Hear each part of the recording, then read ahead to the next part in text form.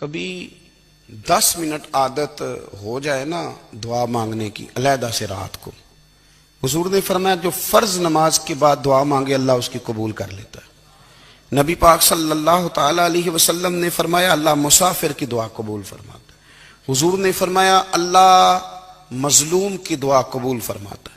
حضور نے فرمایا بیمار سے دعا کراؤ اللہ اس کی دعا قبول فرماتا ہے۔ میرے نبی پاک نے فرمایا ماں باپ جب بھی اولاد کے لیے ہاتھ اٹھائیں، ویسے تے بلے شاہ تو آسمانی اڑ دیا ہی پھڑ دیں، جڑا گھر بیٹھا انہوں بڑھیا ہی نہیں۔ حضور فرمانے لگے ماں باپ جب بھی اولاد کے لیے دعا فرمائیں اللہ ان کی دعا کو قبول کرتا ہے۔ آپ اپنا تعلق بنائیں دعا کے ساتھ، عبادت کے ساتھ، مصلی کے ساتھ رشتہ بنائیں، استغفار پڑھیں۔ صلاح الدین ایوبی صلیبی جنگوں میں تھے، رات کو مسجد اقصیٰ میں نماز پڑھی تو پریشان تھے۔ ایک بزرگ سے ملاقات ہوئی تو وہ کہنے لگے کہ آپ بڑے پریشان ہیں۔ کہنے لگے حضور پریشان اس لیے ہوں کہ پہلے ہی مسلمان کمزور ہے، اب میں نے سنا ہے دشمن کا ایک بحری بیڑا وہ جنگی سامان سے بھرا ہوا آ رہا ہے، تو اب ان کے پاس اور تلواریں اور نیزے آ جائیں گے، مسلمانوں کے پاس پہلے ہی وسائل کی کمی ہے، پریشان ہو کس طرح کر کے مقابلہ کریں گے۔ یہ بات کہتے ہی صلاح الدین ایوبی نے بزرگوں سے کہا حضور آپ بھی دعا کرنا، دعا کی بڑی طاقت ہے۔ میرے نبی پاک نے فرمایا دعا مومن کا ہتھیار ہے، دعا مومن کا حضور نے فرمایا تقدیر کو سوائے دعا کے کوئی چیز نہیں بدل سکتی۔ دعا مومن کا ہتھیار ہے، یہ کافر کے پاس کوئی نہیں، یہ ہتھیار ہے مومن کا۔ اللہ کرے آپ کو سمجھ آئے، پھر سنیں، کئی بار کہہ چکا ہوں یہ ہتھیار ہے۔ کافر کے مقابلے میں جو تیرے پاس سب سے بڑا ہتھیار ہے وہ دعا ہے۔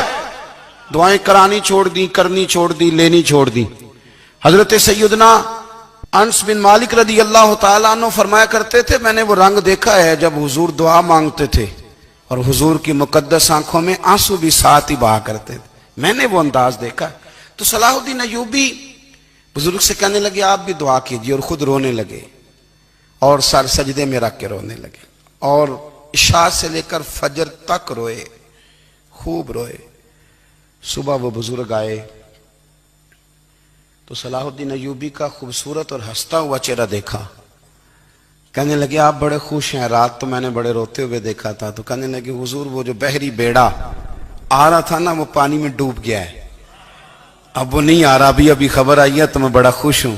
بزرگ کہنے لگے اٹھ سینے سے لگ اور سن ایک بات، وہ بحری بیڑا پانی میں نہیں ڈوبا، وہ تیرے آنسوؤں میں ڈوب گیا ہے۔ وہ جو تو رات رویا ہے نا رب کریم کی بارگاہ میں تو وہ ڈوب گیا ہے۔ بھائی اپنا مصلی کا، عبادت کا، وظائف کا، اللہ کا سلسلہ اس کو مضبوط کرے، اپنی دعاؤں کے تعلق کو مضبوط کریں۔ دعائیں بڑے انقلاب برپا کر دیتی ہیں۔ ہم تھوڑے نا جب سے خشک ہوئے ہیں نا، خشک، اور میری تو جماعت ہی صوفیاء کی جماعت تھی، ہم تو داتا علی اجمیری کی جماعت سے، ہم تو خواجہ اجمیری کی جماعت سے، ہم تو شیخ احمد فاروق سرہندی کی جماعت سے، ہم تو صوفیاء کی جماعت۔ ہماری جماعت نے بھی وہ تعلق جو ہمارے بزرگوں نے بنایا تھا۔ بزرگ اللہ کے قریب کیسے جاتا ہے؟ ہمارے یہاں نا بہت سارے لوگ کہتے ہیں جی نظر ہو گئی تو کام ہو گیا۔ بھئی جو بخاری مسلم میں طریقہ ہے نا اللہ کا قرب پانے کا وہ تو نفل ہے۔ نبی کریم علیہ السلام نے فرمایا بندہ نفلوں کے ذریعے رب کے قریب جاتا ہے، اور اتنا قریب جاتا ہے کہ پھر اللہ اس کی زبان بن جاتا ہے، اللہ اس کی آنکھیں بن جاتا ہے، کان بن جاتا ہے، ہاتھ اور پیر بن جاتا ہے۔ تو یہ تو عبادت ہے، یہ تو اللہ کی بارگاہ کی حاضری ہے جو آپ کو اللہ کے قریب کرے گی۔ تو نماز کو اہمیت دے کے ادا کریں، نمازیں موبائل بند کر کے ادا کریں۔ دیکھیں نا کچھ لوگ کہتے ہیں مجھے ٹائم نہیں ملتا نماز کا، تو میں کہتا ہوں یہ آپ نے بڑی جرت کی بات کی ہے۔ مجھے کو میرا پیر بھائی کہہ دینا میرے پاس ٹائم نہیں آپ کو ملنے کا، تو میں کہتا ہوں آج کے بعد آنا ہی نہ۔ تو کیا سمجھتا ہے تو بہت بڑا آدمی ہے، تیرے پاس ٹائم نہیں ہے اور ہمیں ملنے کا ٹائم، موج کر۔ تو آپ نے اللہ رسول کو کہہ دیا ٹائم نہیں۔ اور عجیب فلسفہ ہے نا، کہا جائے نماز پڑھنے آؤ تو کہتے ہیں کپڑے ٹھیک نہیں، اور کہا جائے کہ آؤ ذرا دعوت پہ چلیں تو کہتے ہیں 1 منٹ ٹھہر میں کپڑے بدل کے آیا۔ نماز کے لیے کہا تو کہتے ہیں ٹھیک نہیں، دعوت کے لیے کہا تو کہتے ہیں میں ذرا تیاری کر لوں، یوں جانا مناسب نہیں۔ یہ معاملہ ٹھیک نہیں۔ رب تو فرماتا ہے کہ جب تم مسجد میں آ تو زینت اختیار کر کے آ، خوب ذوق سے دعا مانگیں، خوب شوق سے نماز پڑھیں، خوب استغفار کا مزاج بنائیں۔ آپ لوگوں کے بیچ رہ کے سوکھ حاصل کرنا چاہتے ہیں، لیکن آپ کو پتہ ہے کئی مہینے غار حرا میں رہنا بھی مدینے والے محبوب کا طریقہ ہے۔ ہر سال اعتکاف بیٹھنا الگ سے، یہ بھی حضور کا طریقہ ہے۔ مسجد نبی کے اندر دروازہ کھلتا تھا نبی کریم کا، پر گھر کے اندر نفل پڑھے نبی پاک نے، اور حضور فرماتے ہیں کچھ نفل نماز گھر میں بھی پڑھا کرو، گھر کو قبرستان نہ بناؤ، ہمارا گھر اللہ کے ذکر سے آباد ہوگا۔ نبی پاک صلی اللہ علیہ وسلم نے ہماری توجہ دلائی۔ حضور صلی اللہ علیہ وسلم نے فرمایا بے توجہی کے ساتھ ادھر ادھر خیالات کر کے رب سے نہ مانگا کرو، تردد کے ساتھ بے یقینی کے ساتھ نہ مانگا کرو، بلکہ رسول کریم صلی اللہ علیہ وسلم نے فرمایا، یہ حدیث پاک مسلم شریف میں موجود ہے، حضور فرمانے لگے جب رب سے مانگو نا تو اصرار کر کے مانگو، جب رب سے مانگو تو اصرار کر کے، بچہ ناز دکھا رہا ہے اصرار کر رہا ہے، اللہ سے مانگو تو اصرار کر کے مانگو، اور فرمایا رغبت کے ساتھ مانگو۔ کیا خوبصورت لفظ ہے حدیث کے، حضور فرمانے لگے اصرار کر کے مانگو، رغبت کر کے مانگو۔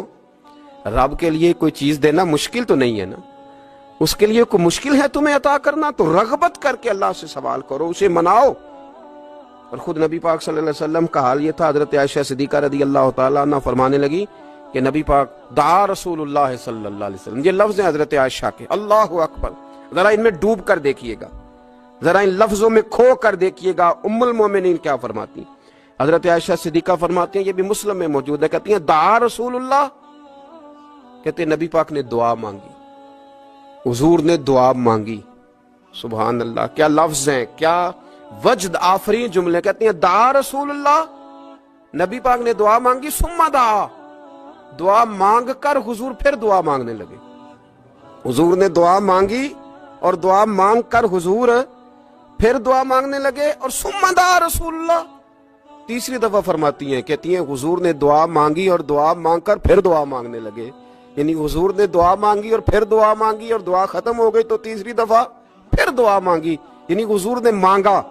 کیا کہا حضرت نے، فرمانے لگے مانگیں گے مانگے جائیں گے، منہ مانگی پائیں گے، سرکار میں نہ لا ہے نہ حاجت اگر کی ہے، مانگیں گے مانگے جائیں گے، منہ مانگی پائیں گے۔ حضور نے دعا مانگی اور دعا مانگ کر پھر دعا مانگی اور دعا مانگ کر پھر دعا مانگی، تو نبی پاک صلی اللہ علیہ وسلم کا تو اللہ سے مانگنے کا، اس کو منانے کا یہ طریقہ۔ حضرت عبداللہ ابن عمر فرمانے لگے، یہ لفظ ابو داؤد شریف میں موجود ہے، ذرا ان کا بھی ذائقہ محسوس کیجئے گا۔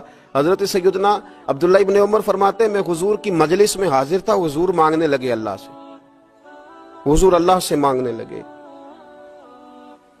میں تو کئی دفعہ یہ دعا بھی مانگنے لگ جاتا ہوں کہ اللہ تو ان دعاؤں کی طرف تو دیکھ جو تیرے رسول نے ہمارے لیے مانگی۔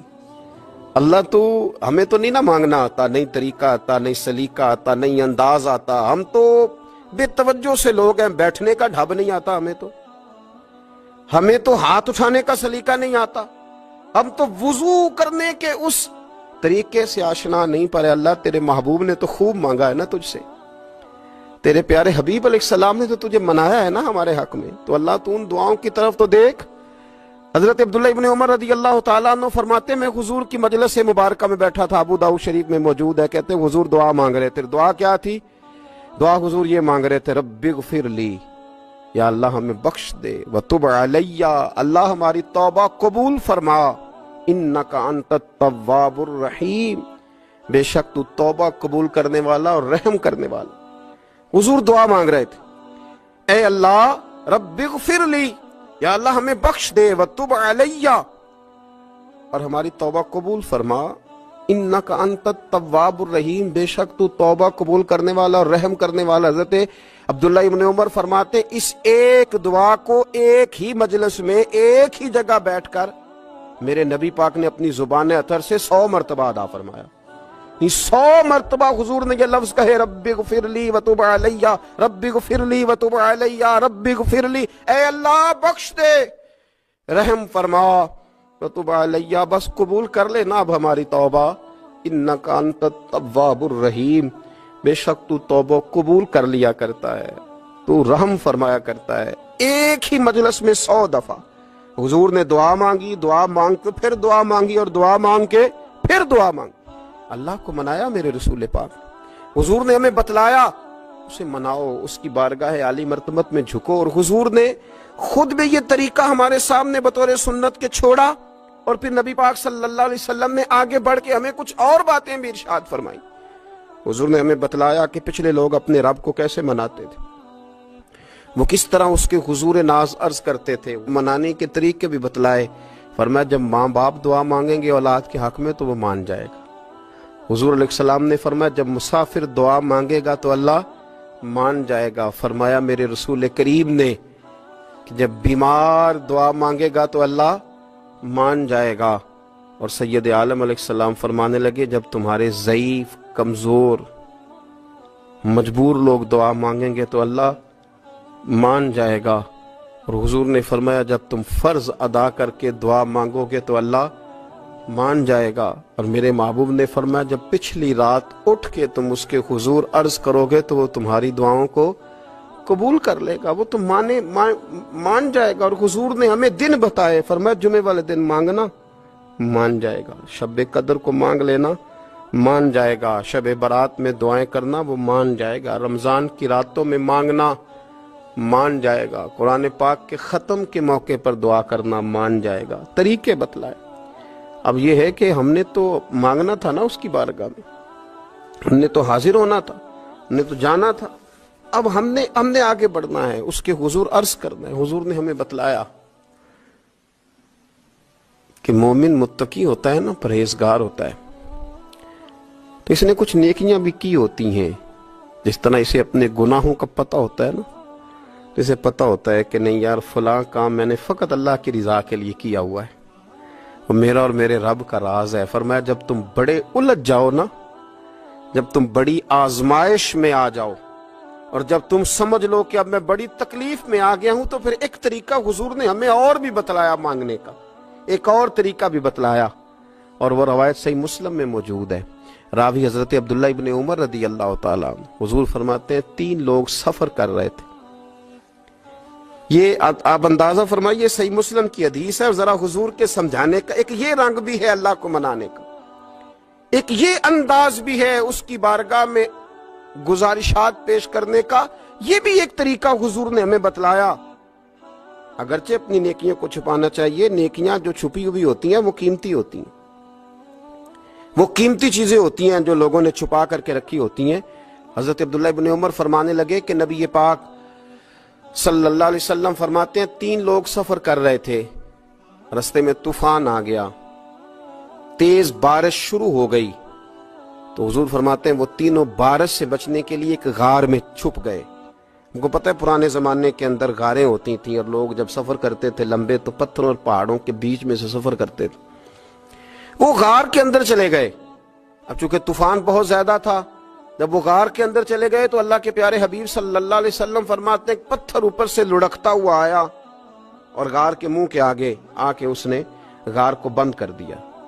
اب اتنا تیز اور اس مضبوطی کے ساتھ وہ پتھر لگا اور اتنا صحیح فٹ ہوا کہ اندر روشنی آنی بھی ختم ہو گئی۔ اب 3 لوگ ہیں، تھوڑی دیر تو وہ پریشان رہے کہ شاید اب کبھی بچ نہیں سکیں گے، شاید چاروں جانب اندھیرا ہی ہے اور اندھیرا ہی رہے گا، شاید یہاں سے نکلنے کے لیے اب ہمیں کوئی رستہ میسر نہیں آئے گا۔ وہ پہلے تو پریشان ہوئے، پھر کہنے لگے یار اس طرح کرو، ذرا غور کیجئے گا میری بات پہ۔ فرمایا اس طرح کرو، اگر کوئی زندگی میں نیکی کی ہے نا تو ذرا اس نیکی کو یاد تو کرو، اور یاد کر کے اس مالک کے حضور عرض تو کرو، وہ کریم ہے، کوئی آنکھو شاید من جاوے تے گل کم تتڑی دا بن جاوے، عرض تو کرو۔ تو ان میں سے یہ آپ اندازہ فرمائیے، یہ بات بیان کون کر رہا ہے؟ یہ مدینے والے رسول بیان کر رہے ہیں، یہ نبی پاک علیہ السلام نے بیان فرمایا، یہ وہ کہانی ہے جو ہمیں ہمارے نبی پاک نے سنائی، رسول کریم علیہ السلام نے ہمیں بتلائی، یہ داستان محبت۔ حضور فرمانے لگے ایک نے ان میں سے ہاتھ اٹھائے اور اس نے انداز کیا چھیڑا، عرض کرنے لگا اللہ تو جانتا ہے نا میں نے بکریاں رکھی ہیں، میں غریب ہوں، مزدور ہوں، اور مالک تو یہ بھی جانتا ہے کہ میرے بچے بھی ہیں، بیوی بھی ہے، پر میں جب بھی گھر لوٹا ہوں تو دودھ میں نے بچوں اور بیوی کو پہلے نہیں دیا، بوڑھے ماں باپ کو پہلے دیا۔